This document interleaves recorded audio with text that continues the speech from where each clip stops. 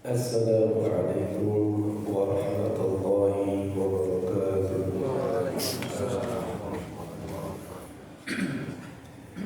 Bismillah, walhamdulillah, assalatu wassalamu ala rasulillah Sayyidina wa maulana Muhammad ibn Abdillah wa ala alihi wa ashabihi wa mawala wa man tabi'ahum bi ihsanin ila yaumil qiyamah, amma ba'da. Subhanaka la ilma lana illa ma 'allamtana innaka antal alimul hakim. Rabbi shrah li sadri wa yassir li amri wahlul 'uqdatam min lisani yafqahu qawli. Allahumma arzuqna fahman nabiyyin wa hifdzal mursalin wa ilhama min malaikatil muqarrabin. Allahumma zidna ilman nafi'an wa yaqinan sadiqan wa amalan taqabbalan wa rizqan halalan thayyiban wasi'an mubarakan fih. Bapak, Ibu, hadirin jamaah salat subuh Masjid Al-Ittihad yang senantiasa mengharapkan ridha Allah Subhanahu wa taala. Pertama, senantiasa kita bersyukur kepada Allah atas anugerah nikmat yang Allah berikan kepada kita. Wabil khusus di antaranya adalah nikmat iman dan Islam yang telah Allah patrikan dalam dada kita, sehingga kemudian kita merasa terpanggil oleh panggilan Allah Subhanahu wa taala. Seraya Allah menggerakkan kaki kita untuk kemudian berkumpul di tempat ini dalam rangka beribadah kepada Allah Subhanahu wa taala. Salawat serta salam senantiasa tercurah bahkan kepada baginda kita Nabi Muhammad sallallahu alaihi wasallam, kepada keluarga, sahabat dan juga para pengikutnya. Mudah-mudahan kita semuanya termasuk di dalam umatnya yang senantiasa istiqamah dalam menghidupkan sunnah-sunnahnya hingga nanti di yaumil akhirah kita sama-sama mendapatkan syafaatul uzma darinya. Amin ya Allah ya rabbal alamin. Bapak, Ibu, hadirin jemaah salat kepada Allah Subhanahu wa taala. Sejujurnya pagi ini adalah Ustaz Didin, tapi mungkin beliau berhalangan hadir.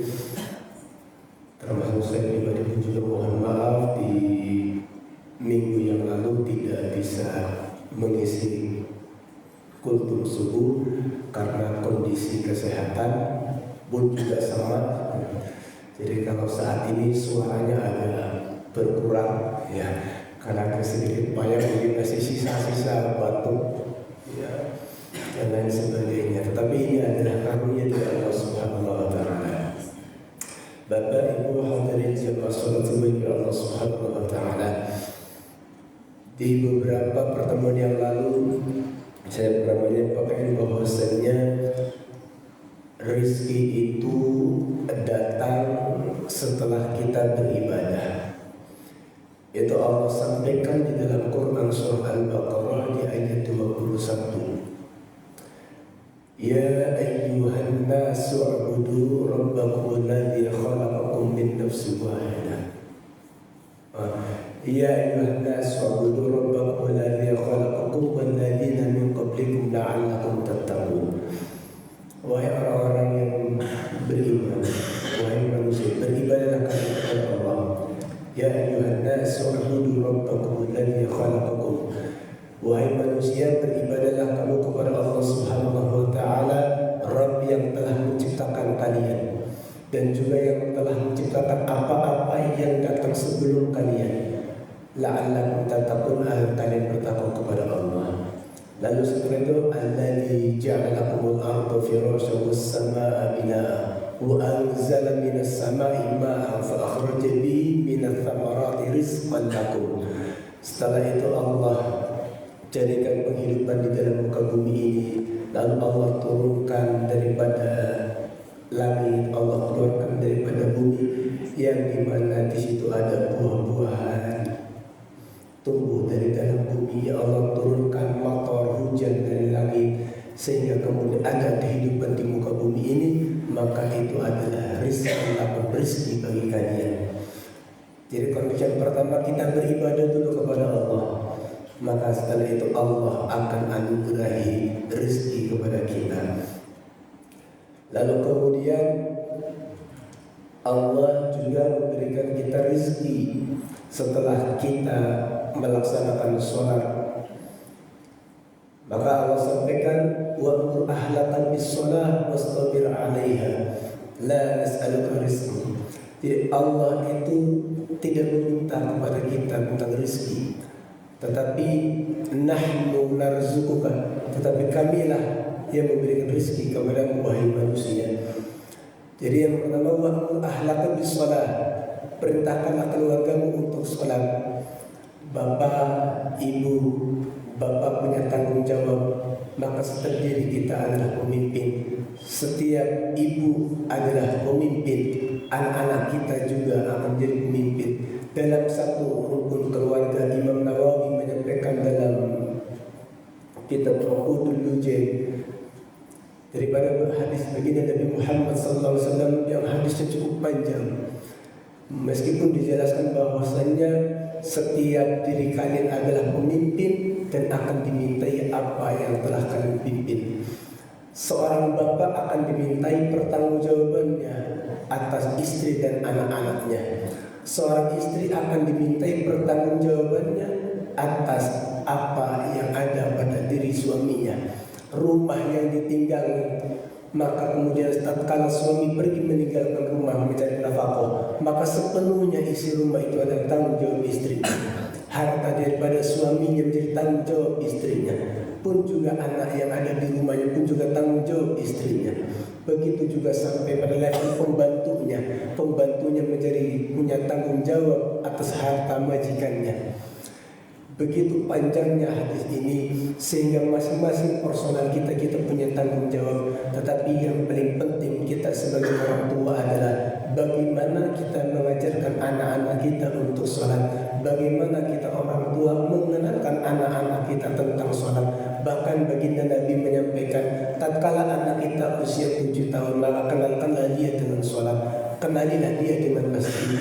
Lalu kemudian di masjid itu dibina, dididik. Nah, nanti kalau sudah ada di masjid, masjid itu adalah tempat kita beribadah kepada Allah Subhanahu wa Ta'ala. Maka tatkala sudah masuk di dalam masjid, wahai anakku, maka janganlah berbuat gaduh, karena di situ tempat kita beribadah kepada Allah. Sehingga itu adalah tarbiyah pendekatan orang tua kepada anak tentang sholat. Nanti tatkala usianya sudah sampai 10 tahun, anak-anak kita belum juga faham tentang sholat, belum juga mau sholat, maka fadribu, maka bolehlah kita pukul. Tetapi ulama menafsirkan pukulan ini bukan berarti kemudian kita harus memukul dalam bentuk fisik yang nyata, yang real. Tetapi di situ adalah bagaimana kemudian pukulan itu berupa nasihat-nasihat yang sifatnya ada yang bentuknya pengancam. Nah, kamu sudah usia 10 tahun, seandainya kamu balik, nanti kamu tidak sholat, tidak mengerti tentang sholat, maka pertanggungjawaban urusan kamu dengan Allah. Jaminannya kalau kamu tidak sholat, maka ancamannya Allah adalah begini. Itu adalah pukulan menurut para ulama. Pun juga jika nanti kamu sudah istiqomah dengan sholatmu, maka ketahuilah sholat itu akan membuat hidupmu menjadi begini dan begini. Sehingga tatkala nanti orang tuamu, ayahmu, ibumu telah wafat meninggalkan dunia, kamu sudah punya apa yang menjadi peganganmu, yaitu sholat. Tatkala kamu sholat, kamu kirimkan doa untuk ayah ibumu. Di sana ayah ibu akan merasa tenang. Karena sudah memberikan pembelajaran bekal yang baik untukmu. Itu adalah nasihat sekaligus juga pemukul bagi pada anak-anak kita. Jadi nasihat atau pukulan itu bukan berarti harus dimaknai mukul secara real, secara benar.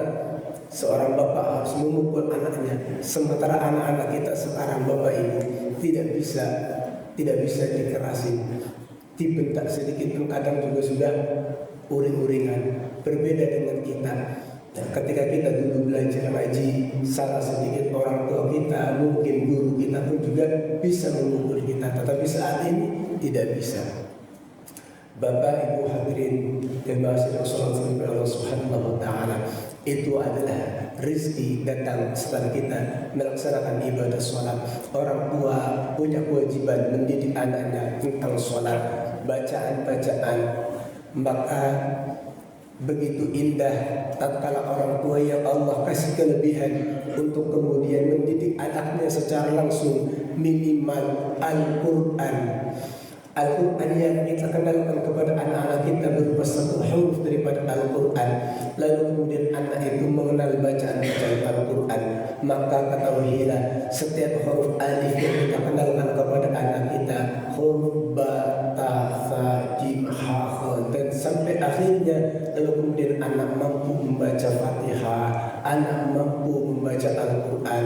Ketahuilah itu adalah pahala jariah dari orang tua yang sampai kapanpun tidak akan pernah habis selama anak itu masih melafalkan di dalam lisannya firman-firman Allah Subhanahu wa taala. Maka tatkala kita wafat meninggalkan dunia, seluruh isi dunia akan meninggalkan kita, tetapi ada satu yang tidak akan meninggalkan kita, yaitu amaliyah-amaliyah yang saleh, amaliyah-amaliyah yang telah kita sampaikan kepada anak-anak kita, dan juga doa daripada anak-anak kita. Bapak, Ibu, hadirin jemaah salat Allah Subhanahu wa taala. Lalu berikutnya, rezeki itu datang setelah kita bertakwa kepada Allah. Kita sering mendengar, wa may yattaqillaha yaj'al lahu makhraja wa yarzuqhu min haitsu la yahtasib.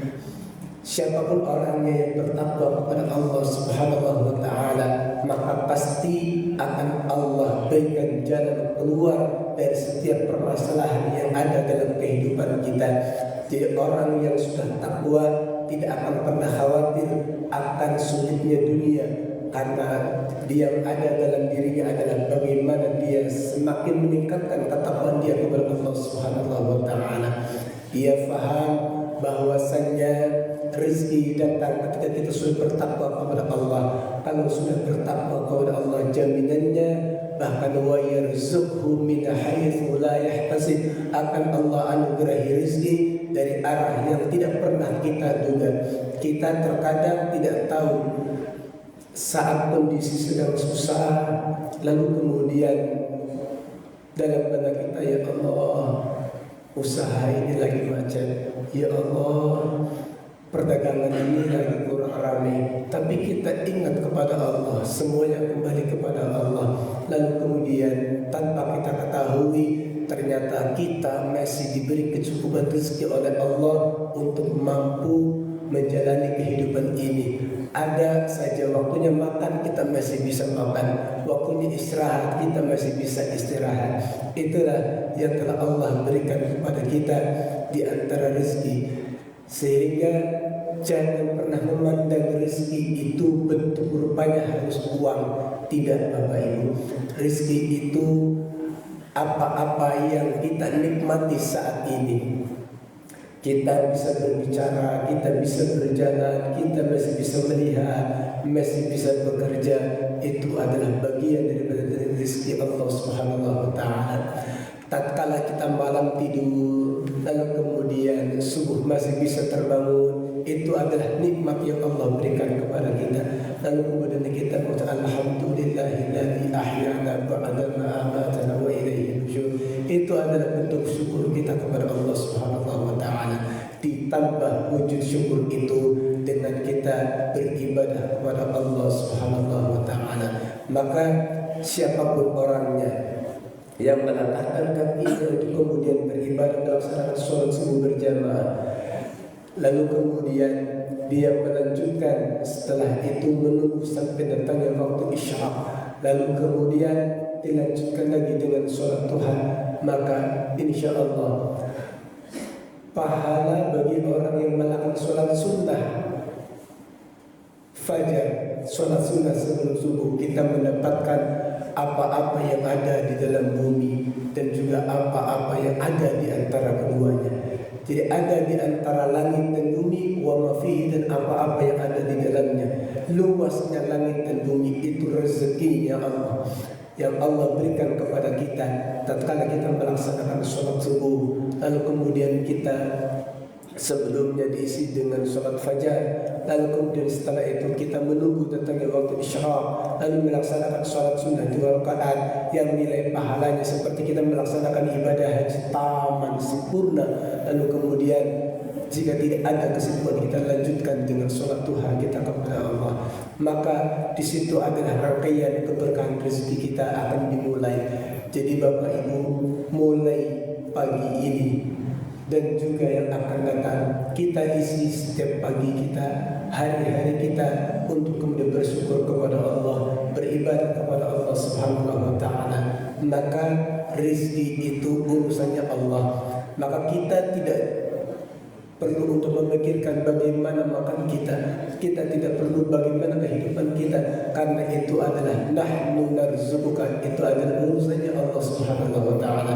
Tugas kita adalah bagaimana kita beribadah kepada Allah, bagaimana kita menjaga sholat kita kepada Allah, bagaimana kemudian kita menjaga ketakwaan kita kepada Allah Subhanahu wa taala. Bahkan setiap kali Jumat datang, kita senantiasa diingatkan oleh para khatib, fatazawwadu fa inna khairaz zadi taqwa. Silakan berbekallah kalian, cari bekal dari dunia ini, tetapi ketahuilah bekal yang paling baik itu adalah takwa kita kepada Allah Subhanahu wa taala. Tatkala kita hidup di dunia, pasti akan menemui ajalnya. Lalu kemudian tatkala ajal menjemput kita, kata baginda Nabi Muhammad SAW, ada 3 perkara yang akan mengikuti kita, tetapi 2 perkara itu akan kembali. Ada yang namanya harta, ada yang namanya keluarga, dan ada yang namanya amal. Maka harta dan juga keluarga, 2 ini akan bersamai kita sampai pada kuburan. Tetapi tatkala kita sudah masuk ke dalam liang lahat, kita sudah ditimbun oleh tanah, maka harta akan kembali, keluarga akan kembali, lalu kita tinggallah sendiri di dalam liang lahat itu. Tetapi yang membersamai kita saat itu adalah amaliyah saleh kita. Jika amal-amal yang paling banyak membersamai kita ada amalan yang saleh, maka insya Allah itu akan menjadi penerang daripada kubur kita.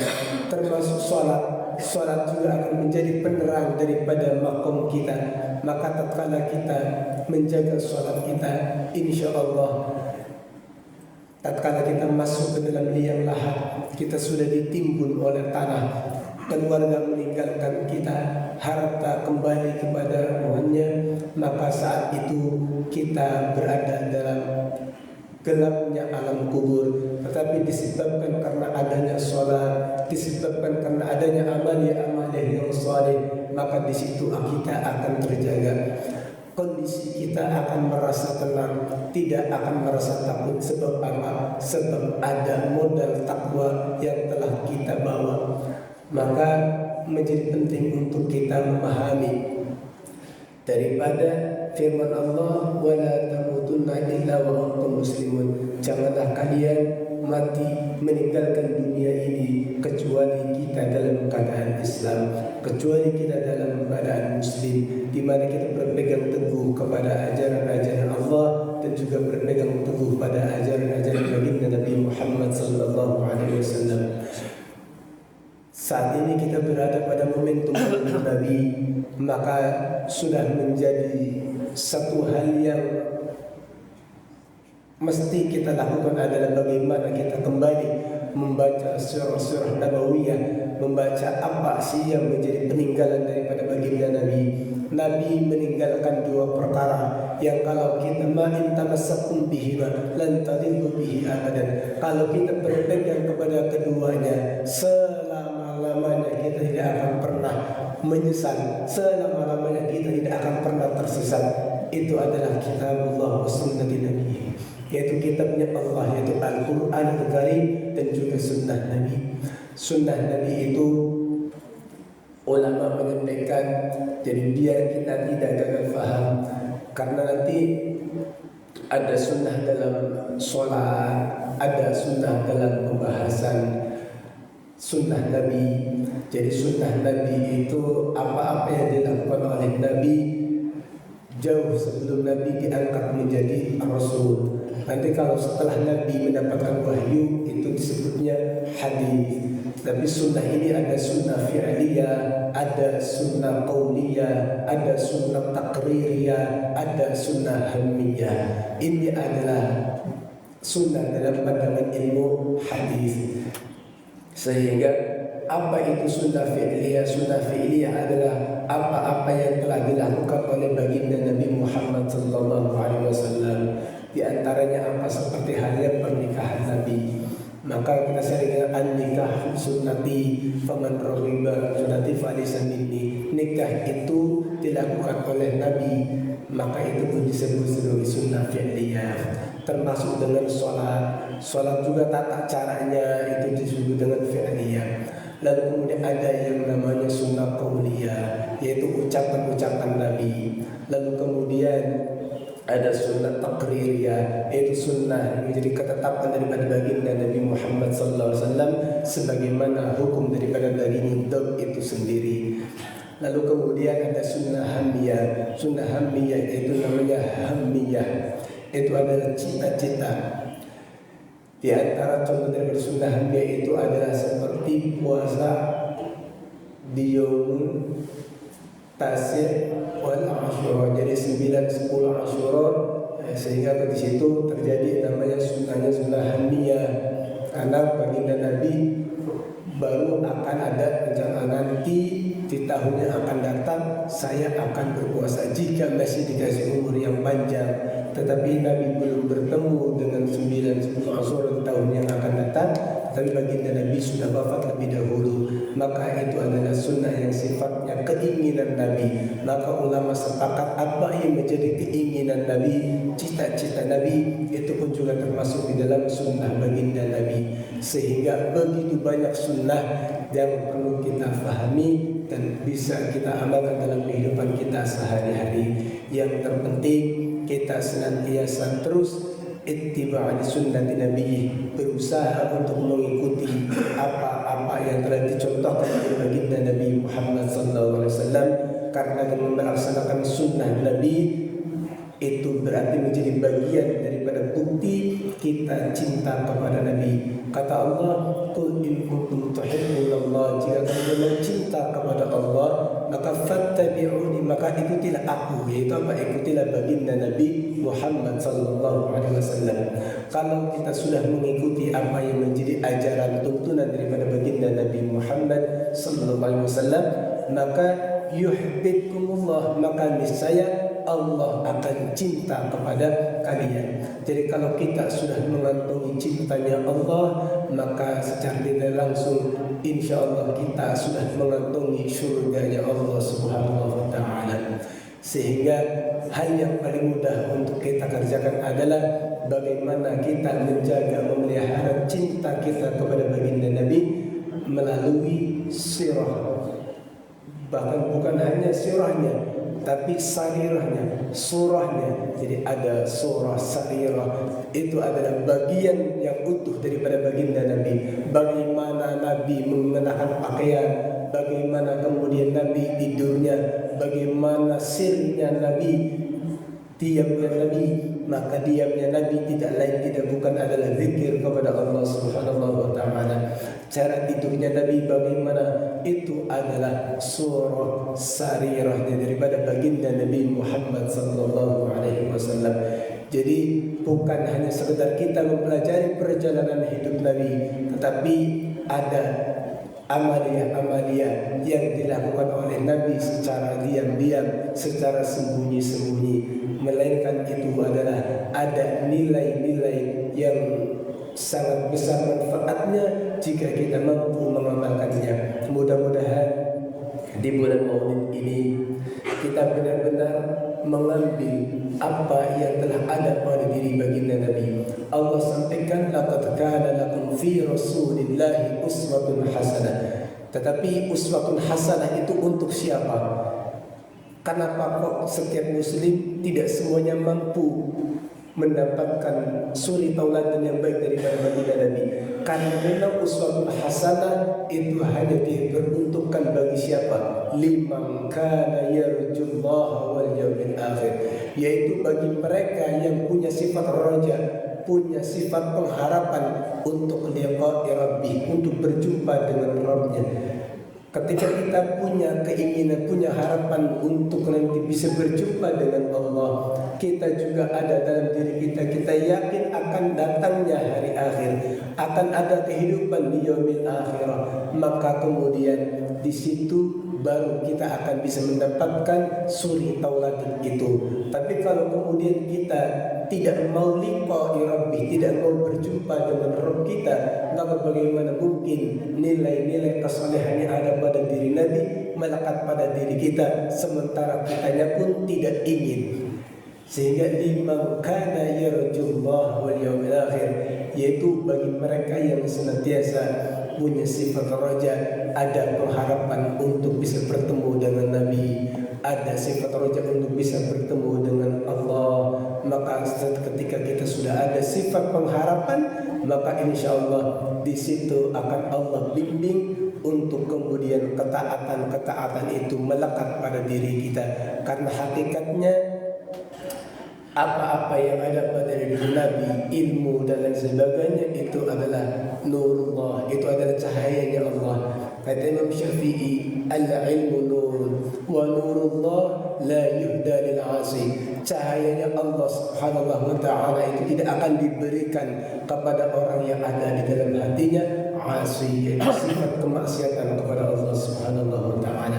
Mudah-mudahan hati kita senantiasa terjaga, senantiasa terpelihara untuk kemudian dimudahkan oleh Allah untuk mengamalkan sunnah-sunnah baginda Nabi, untuk melaksanakan apa yang menjadi perintah-perintah Allah, apa yang menjadi perintah-perintah Nabi, dan senantiasa kita diberikan kekuatan oleh Allah untuk bisa menjauhi apa-apa yang telah dilarang oleh Allah dan juga Rasulnya, sehingga hati kita terjaga dengan kebaikan-kebaikan, hati kita terpelihara dengan ketaatan-ketaatan kita kepada Allah dan Rasulnya, sehingga menjadikan diri kita menjadi lembut, hati kita mudah menerima nasihat dan mudah menerima apa yang menjadi uswah dalam diri baginda Nabi Muhammad SAW. Dan mudah-mudahan Allah jaga lisan kita untuk terus bisa berzikir kepada Allah.